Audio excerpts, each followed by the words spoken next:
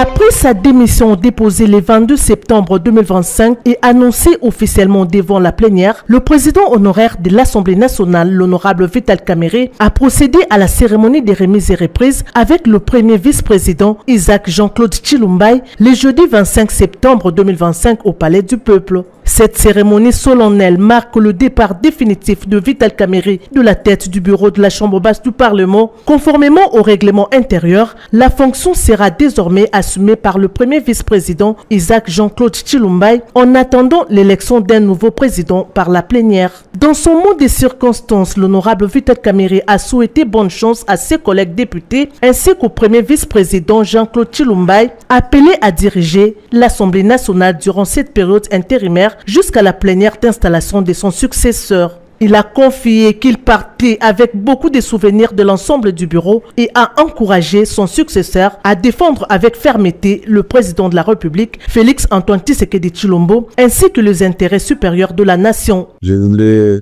vous dire que les affaires de l'État continuent, les hommes passent, les institutions restent. Je vous souhaite bonne chance pour la période que vous aurez à gérer cette grande institution, la deuxième de la République. Bonne chance aussi pour la plénière ou les plénières qui auront consacré ma succession ici à ce poste de président de l'Assemblée nationale. Je suis parti avec beaucoup de souvenirs heureux ici. C'est pas la première fois que je parte. Je souhaite bonne chance aux autres. Merci pour l'amour et la collaboration dont vous m'avez béni. La République passe avant tout.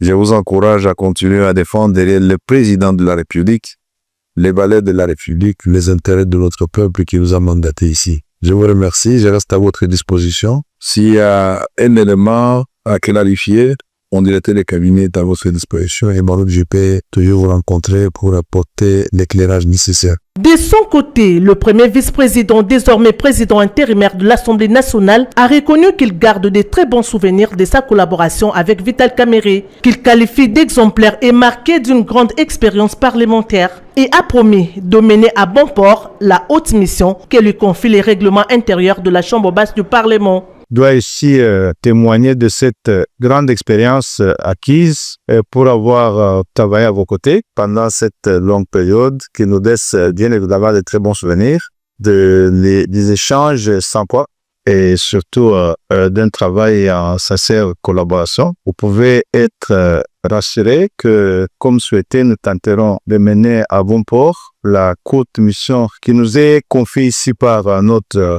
règlement.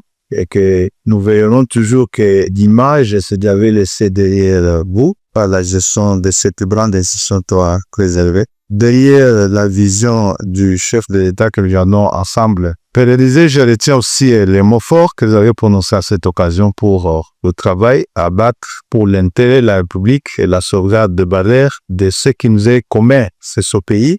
Ce n'est pas nos petites personnalités qui comptent, mais plutôt les mettre devant comme intérêts fondamentaux qui structurent notre existence sera notre leitmotiv. Cette cérémonie s'est faite en présence du secrétaire général de l'Assemblée nationale, Jean Ngouvoulou Kogé, de la questeur Chimène Poli, les cadres de l'administration et de quelques membres du cabinet de la Chambre basse du Parlement.